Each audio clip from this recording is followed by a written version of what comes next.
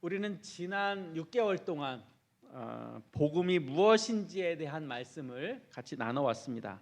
죄가 어떻게 인간에게 들어오게 되었는지, 또 그 죄는 인간에게 어떤 영향을 끼쳐왔고 어떤 문제를 야기시켰는지, 또 그 죄를 하나님은 어떻게 다루셨고 인간을 어떻게 끌고 오셨는지, 그리고 예수님을 이 땅에 보내셔서 인간의 죄의 문제와 죽음의 문제를 어떻게 해결하셨는지에 대한 이야기들을 쭉 나눠왔습니다. 이제 우리는 복음에 대한 그 본질적인 이야기를 이제 마무리하고, 복음을 가진 자들이 그러면 어떻게 이 시대를 살아야 하는지에 대해서 이제부터 말씀을 드리려고 합니다.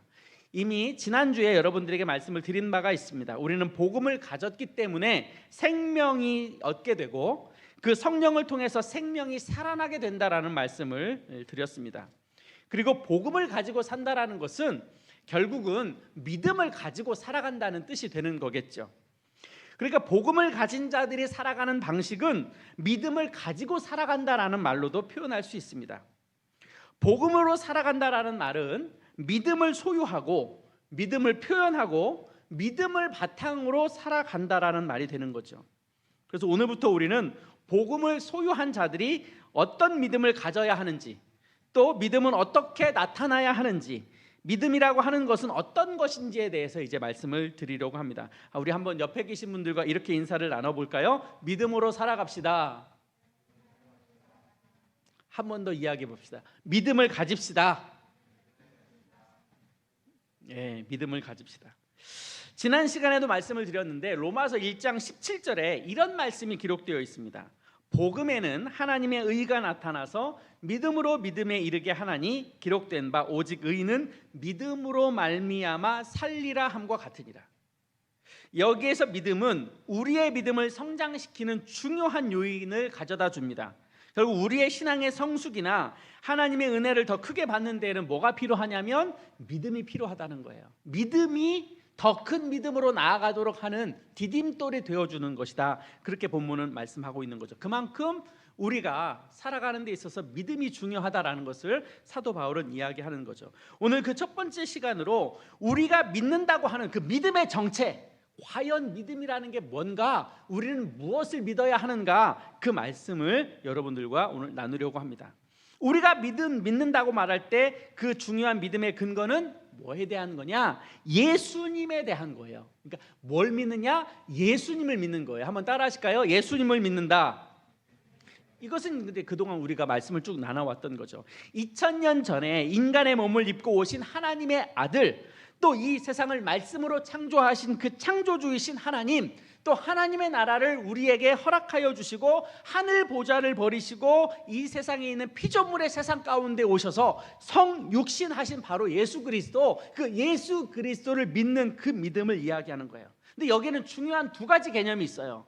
우리가 그것에 대하여 예수님을 믿는다고 말할 수 있게 되는데, 그 첫 번째로 예수님을 믿는다고 할 때 무엇을 믿느냐라고 할 때 예수님이 이 땅에 오셔서 무슨 일을 하셨는가에 대한 것을 믿는 거예요. 한번 따라 하실까요? 예수님이 이 땅에 오셔서 하신 일, 예수님이 이 땅에 오셔서 무엇을 하셨는가, 그 하신 것을 믿는 거예요. 그러면 예수님이 이 땅에 오셔서 무슨 일을 하셨는가 한 번 더 기억해 주시면 좋겠어요. 인간이 받아야 할 모든 마땅한 세상의 저주를 대신 받으셨어요. 인간이 받아야 할 저주를 예수님께서 왜 몸소 받으셨는가? 예수님이 인간의 몸을 입고 오신 그 이유가 있는 거죠. 무엇을 완성하기 위해서? 구원을 완성하기 위해서. 그러니까 예수님은 이 땅에 오셔서 인간의 모든 죄의 짐을 짊어지고 구원을 완성하기 위해서 이 땅에 오신 거예요. 그래서 예수님은 인간의 몸을 입고 죽으셔야만 했고, 인간의 죄를 대신 짊어짐으로 인해서 인간을 죄를 속량하신, 값을 지불하신 것이 되는 거예요. 뿐만 아니라 하나님은 예수님을 죽임으로 인해서 죽음의 권세를 무너뜨리고 부활에 이르게 하신 거죠. 그 말의 뜻은 모든 인간이 죽고, 죄에 대하여 죽고 예수 그리스도를 믿음으로 말미암아 영원한 삶을 살게 된다, 영생을 얻게 된다라는 것을 증명한 사건이 바로 예수님이 죽고 부활하신 사건이 되게 되는 거죠. 예수님은 성경대로 며칠 만에 살아나셨을까요? 3일 만에 살아나셨어요. 이건 고린도전서 15장 3절 4절 말씀에 기록되어 있는 거죠. 예수님의 죽음과 부활은 우리의 죄에 대한 값을 완전히 지불하신 속량의 사건이 되었다. 이것을 이사야 53장에서는 예수님의 죽으심과 부활에 대해서 정확하게 우리에게 제시해주고 있는데, 이사야 53장 4절에서 6절 말씀의 내용이 이렇습니다. 아시는 내용일 거예요. 들어보세요. 그는 실로 우리의 질고를 지고 우리의 슬픔을 당하였거늘 우리는 생각하기를 그는 징벌을 받아 하나님께 맞으며 고난을 당한다 하였노라. 그가 찔림은 우리의 허물 때문이요 그가 상함은 우리의 죄악 때문이라. 그가 징계를 받음으로 우리는 평화를 누리고 그가 채찍에 맞음으로 우리는 나음을 입었도다. 우리는 다 양 같아서 그릇 행하여 각기 제 길로 갔거늘 여호와께서는 우리 모두의 죄악을 그에게 담당시키셨도다. 이것이 이사야 53장에 기록된 말씀이죠. 비로소 하나님은 예수님을 이 땅에 보내심으로 우리를 구원하셨고 예수님을 화목제물로 삼으셨습니다. 화목제물로 삼으셨어요. 요한일서 4장 10절은 이렇게 기록되어 있어요. 사랑은 여기에 있으니 우리가 하나님을 사랑한 것이 아니요 하나님이 우리를 사랑하사 우리 죄를 위하여 화목제물로 보내셨음이라. 예수님은 우리의 죄의 문제와 죽음의 문제를 해결하시고 영원한 하나님의 나라를 우리가 갈 수 있도록 길을 열어주셨어요. 예수를 우리가 믿음으로 고백하고 예수님께서 우리의 죄의 문제와 죽음의 문제를 해결한 유일한 구원자라는 것을 인정하는 거예요. 이것은 우리의 믿음의 출발을 이야기해요. 여러분 스스로 한번 생각해 보세요. 스스로 그리고 답을 해보세요. 여러분은 예수님이 우리의 죄의 문제와 죽음의 문제를 해결한 유일한 분이시라는 것을 믿으세요?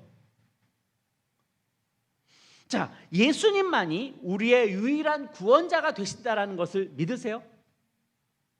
그렇다면 우리는 이 질문에 대하여 다음과 같은 대답을 할 수 있어야 돼요.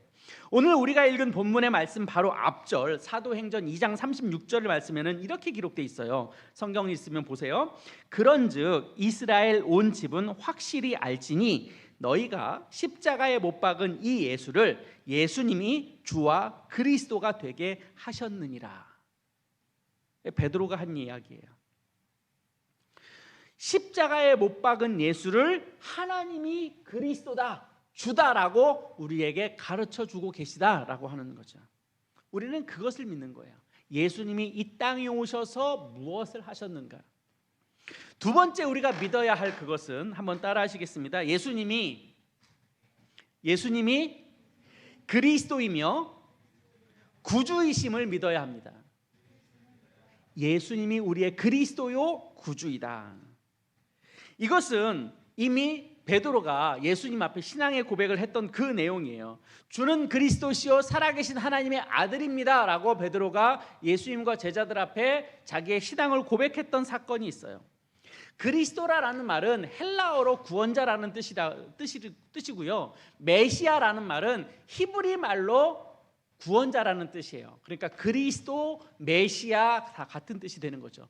누가 그리스도요, 누가 메시아냐? 바로 예수가 그리스도요 메시아다라고 하는 것을 이야기하는 거죠. 사도행전 4장 12절에 베드로는 담대하게 유대의 종교 지도자들 앞에 이렇게 선언합니다. 다른 이로서는 구원을 받을 수 없나니 천하 사람 중에 구원을 받을 만한 다른 이름을 우리에게 주신 일이 없다.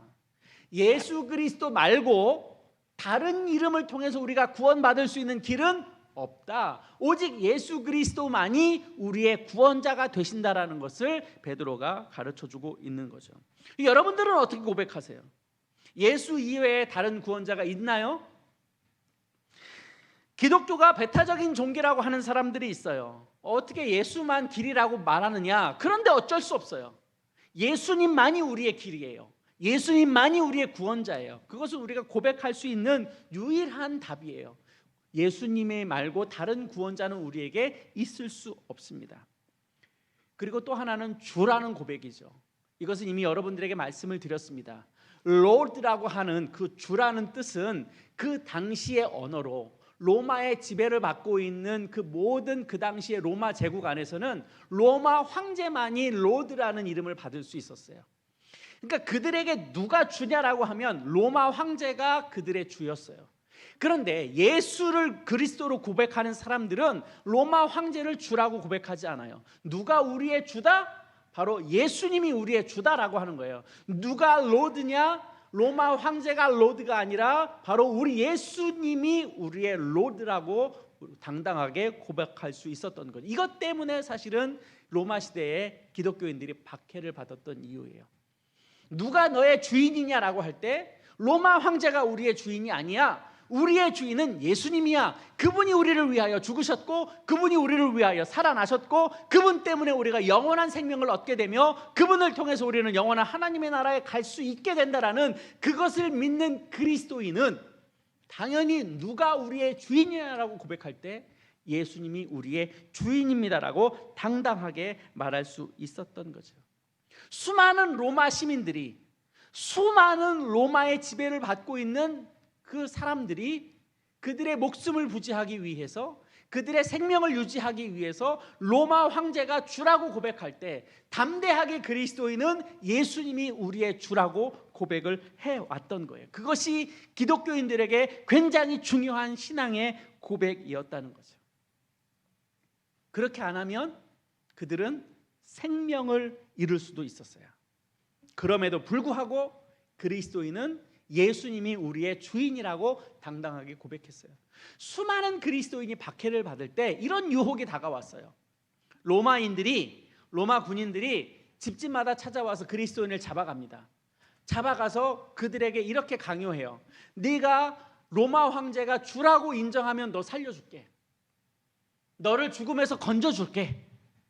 네 입으로 로마 황제가 주라고 말만 하면 내가 너희를 살려줄게.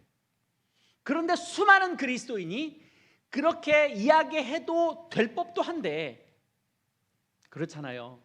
우리가 목숨을 유지하기 위해서 로마 황제가 우리의 주인입니다. 그렇게 고백하고 살아나와서 내가 다른 곳에 가서 하나님 잘못했어요. 회개해요. 회개할게요. 하나님 죄송해요. 살려주세요. 제가 살기 위해서 어쩔 수 없었어요. 라고 해도 될 법도 해요. 우리가 그렇게 회개하니까. 그런데도 불구하고 수많은 그리스도인들이 그렇게 자기의 생명이 부닥쳐오는 그런 고비와 그런 고통 속에서도 끝까지 그들은 예수가 우리의 주라고 고백해요. 왜 그러느냐? 예수님은 단 한 번도 나에 대하여 부인한 적이 없다는 거예요. 예수님은 나를 단 한순간도 포기하신 적이 없다는 거예요. 예수님은 어느 순간에도 불구하고 우리를 세상 가운데 내버려 두신 적이 없다는 거예요. 끝까지 주님은 우리를 책임지셨고 우리를 지키셨고 우리를 보호하셨다는 거예요. 그런데 어떻게 내가 그런 주님을 향해서 내가 주님을 모른다고 말할 수 있느냐? 그럴 수 없다라고 하며 당당히 자기의 목숨을 로마인들에게 내어놓았어요. 그래서 사자의 밥이 되기도 하고 산채로 화형을 당하기도 하고 살아있는 채로 십자가에 매달아서 철철 피가 흘러가는 그 모습을 자기도 보면서 자기의 목숨을 포기해 갔던 수많은 그리스도인들이 있었다는 거예요. 그분들의 신앙 고백과 그분들의 믿음을 통해서 기독교가 지금까지도 그 기독교가 유지될 수 있었고 그 복음을 지켜올 수 있었다는 거예요. 우리에게 다가온 복음이 결코 그렇게 말 몇 마디로 나 예수 믿어요. 나 예수 믿어요. 나 예수님이 구원자인 걸 믿어요라고 하는 우리의 입술에 몇 번의 고백으로 얻어진 신앙이 아니에요. 수많은 믿음의 선배들이 목숨을 걸고 지켜왔던 그 신앙의 대가로 인해서 지금 우리에게 그 복음이 전달되고 있다는 거예요. 예수를 믿는다. 예수님이 우리의 구주다. 예수님이 우리의 그리스도다라고 고백하는 그것은 단순하게 우리의 생각과 입으로 고백해서 얻어지는 고백이 아니에요. 그러니 다시 한번 우리가 기억할 필요가 있습니다. 다시 한번 여러분에게 묻습니다. 예수님이 우리의 구원자가 맞습니까? 정말로 내가 복음을 가진 자라면 예수를 믿는 그 믿음의 근본이 되는 그 예수님이 나의 주인 되는 것을 인정합니까? 이것이 우리로 하여금 오늘도 복음으로 살도록 하는 동력이 되어준다는 거예요. 그 고백이 우리에게 있어야 돼요. 예수님이 이 땅에 오셔서 무슨 일을 하셨느냐, 그리고 그 예수가 우리의 그리스도요, 그분이 우리의 주인이라는 것을 내가 담대하게 우리의 입술을 열어서 내 마음과 생각을 동원해서 그렇게 고백할 수 있는가? 그렇다면, 그것이 우리의 믿음의 근본이 되는 것을 내가 믿는다면, 그럼 우리의 신앙은 성장하여야겠죠. 그럼 우리의 신앙이 어떻게 성장하느냐, 어떻게 우리 믿음이 자라가느냐, 어떻게 우리의 마음이 하나님 앞에 조금씩 나아가게 되고 그 은혜를 내가 덧입을 수 있느냐, 어떻게 내 삶 가운데 풍성한 은혜를 누려갈 수 있느냐, 그것은 오늘 보면 38절에 기록되어 있어요. 우리 38절 말씀을 같이 읽어보도록 하겠습니다. 38절 시작. 베드로가 이르되 너희가 회개하여 각각 예수 그리스도의 이름으로 세례를 받고 죄사함을 받으라. 그리하면 성령의 선물을. 여기에서 베드로부터 복음의 내용을 들은 유대인들이 그럼 우리가 뭘 해야 됩니까? 예수님이 그러한 분이라는 걸 알았어요. 복음의 메시지가 앞에 부분에 쭉 베드로의 설교로 나타나고 있으니까 그 말을 들은 사람들이 이제 베드로에게 다시 묻는 거예요. 그럼 어떻게 하여야 됩니까? 37절 끝에 보세요. 형제들아 우리가 어찌할꼬? 베드로의 설교를 들은 수많은 사람들이 그럼 우리가 어떻게 해야 되느냐라고 물을 때 베드로의 대답이 지금 38절의 내용인 거예요. 자, 38절 뭐에 대해서 이야기하고 있느냐? 그들에게 뭘 하라고 요청하고 있냐면 회개하라고 요청하고 있어요. 회개하라고. 그럼 무엇에 대한 회개냐? 이제 그 내용이 있어야겠죠? 유대인들에게 묻는 거예요. 너희들이 회개해야 된다. 그럼 유대인들이 뭐 했어요? 예수님을 십자가에 매달아 죽였잖아요. 6월절에 예수님을 유대인들이 십자가에 못 박아라 못 박아라 라고 소리친 사람들이에요. 우리는 바라바를 원한다, 예수를 십자가에 매달아라 라고 외쳤던 사람들이 유대인들이었어요. 너희들이 했던 그 행동에 대하여 회개하라고 지금 베드로가 요청하고 있는 거야. 너희들이 매달아 죽인 예수 그리스도에 대하여 회개하라라고 이야기를 하고 있는 거죠. 또 하나님 말씀 앞에서 너희들이 잘못 행동하고 잘못 선택하고 잘못 결정했던 일들에 대하여 회개하라. 너희들이 미처 깨달았지 못했던 것들까지도 하나님 앞에 너의 입술을 열어서 고백함으로 인해서 회개하라. 회개하면 어떻게 된다는 거예요? 38절 말씀에 예수 그리스도의 이름으로 세례를 받고, 세례를 받는다는 것은 그 어떨 때 세례를 받게 되느냐? 신앙의 고백이 있을 때 세례를 받게 되죠. 그러면 성령의 선물을 받는다는 거예요. 성령의 선물을 받는다는 건 지난 시간에 뭐라고 말씀을 드렸죠? 생명을 낳는 일이라고 말씀을 드렸어요. 그러니까 우리가 어떻게 해야 되느냐? 첫 번째로 회개해야 된다. 회개하고 다시 예수 그리스도를 마음 가운데 영접하고 그 뜻 가운데로 우리가 나아갈 때 우리의 신앙의 성숙이 있다라는 것을 이야기하는 거죠. 우리가 신앙 고백서 교리서가 있어요. 우리 성경에는 이제 그런 게 안 나오고 나중에 이제 여러분들이 신앙생활 하다 보면 이제 교리를 배우게 될 텐데, 그 교리를 배우게 될 때 인간이 되는 첫 번째, 인간은 어떤 존재냐라고 할 때 그분을 날마다 즐거워하고 그분을 내가 기뻐하는 것이라고 설명하고 있어요. 인간이 어떤 존재인지. 그런데 그 소요리 문답이라고 하는 그 책 속에 회개에 대한 정의가 나와요.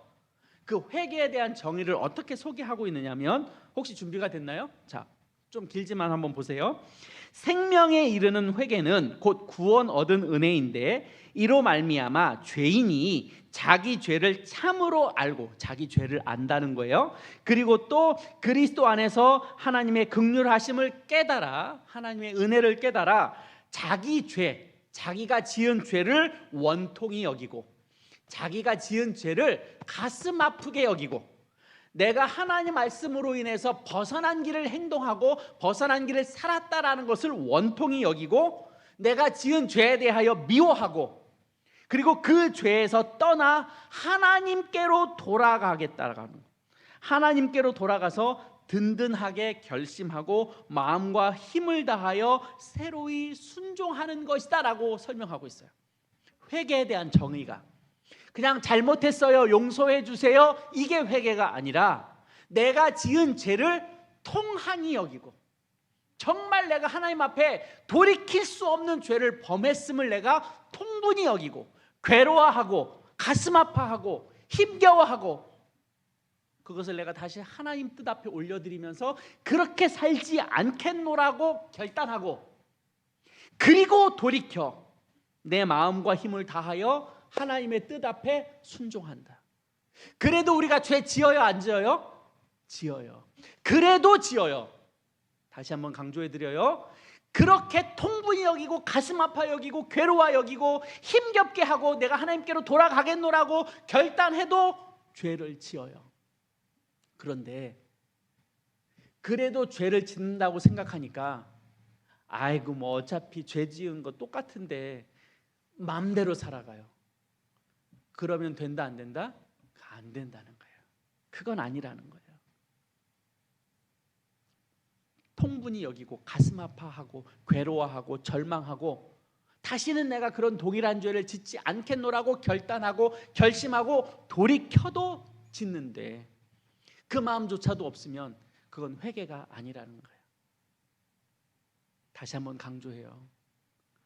회개할 때 우리의 신앙이 자라요.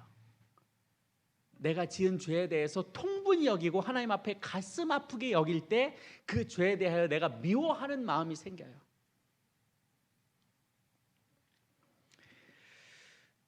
그러니 회개는 우리의 선택의 문제가 아니에요. 반드시 우리가 해결하고 가야 될 중요한 삶의 신앙의 중요한 주제라는 것을 여러분들이 기억할 필요가 있어요. 물론 우리의 회개는 100% 순도 100%짜리 회개는 있을 수 없어요. 우리는 그렇게 온전하지 못해요. 그러나 최선을 다하는 거예요. 내가 죄에 대하여 최선을 다해서 가슴 아파하고 괴로워하고 돌이키겠다. 그런 과정을 속에서 우리는 자라가고 신앙의 열매를 맺어갈 수 있는 거예요. 여러분에게 믿음이 있는지 없는지를 한번 점검해 보세요. 우리의 믿음은 분명히 복음에 근거한 것입니다. 앞에서 여러분들에게 고백했던 것처럼 정말로 예수 그리스도가 우리의 구주이고 우리의 그리스도임을 믿어요. 그리고 예수님께서 이 땅에 오셔서 인간의 죄의 문제를 해결하시고 생명의 길로 열어놓으신 것, 그것을 믿어요. 그것을 믿음으로 인해서 우리의 믿음이 자라가게 되고 우리는 영원한 생명을 얻게 되는 길이 열려지게 되는 거죠. 그리고 그렇게 나아갈 때 우리는 성령의 은혜를 입게 된다라는 것을 이야기하는 거예요. 그러기에 청년 여러분, 우리는 그리스도인답게 살아가실 수 있어야 돼요. 그렇기 때문에 우리에게는 하나님의 은혜가 필요해요. 하나님의 복음의 메시지가 필요해요. 그리고 날마다 나에게 더하여져야 되는 믿음이 우리에게 필요해요. 나에게 이만한 믿음이면 됐어, 이 정도면 됐어, 나는 괜찮은 믿음이야, 나는 영원히 하나님의 나라를 가게 될 거야 라고 그렇게 믿어 의심치 않는 그것 넘어 내가 연약한 줄 알고 부족한 줄 알고 나에게 은혜가 더 필요하고 복음이 더 필요하고 능력이 더 필요하다라는 것을 인정하고 살아가는, 부족함을 깨달아가고 배고파하는 심령을 가지고 살아가는 그 태도가 필요해요. 말씀을 정리하겠습니다. 우리에게는 믿음이 필요해요. 두 가지의 믿음이 필요해요. 하나는 예수님이 이 땅에 오셔서 무슨 일을 하셨는가에 대한 믿음입니다. 또 하나는 예수님이 우리의 그리스도이시고 예수님이 우리의 구주라는 것을 내가 믿어요. 그걸 믿음으로 인해서 우리는 영원한 생명을 얻을 수 있는 자격이 주어졌어요. 그럼 가만히 있으면 되느냐? 안 돼요. 우리는 끊임없이 우리가 지은 죄에 대하여 돌이키고 회개함으로 하나님 앞에 나아가는 일을 계속해야 돼요.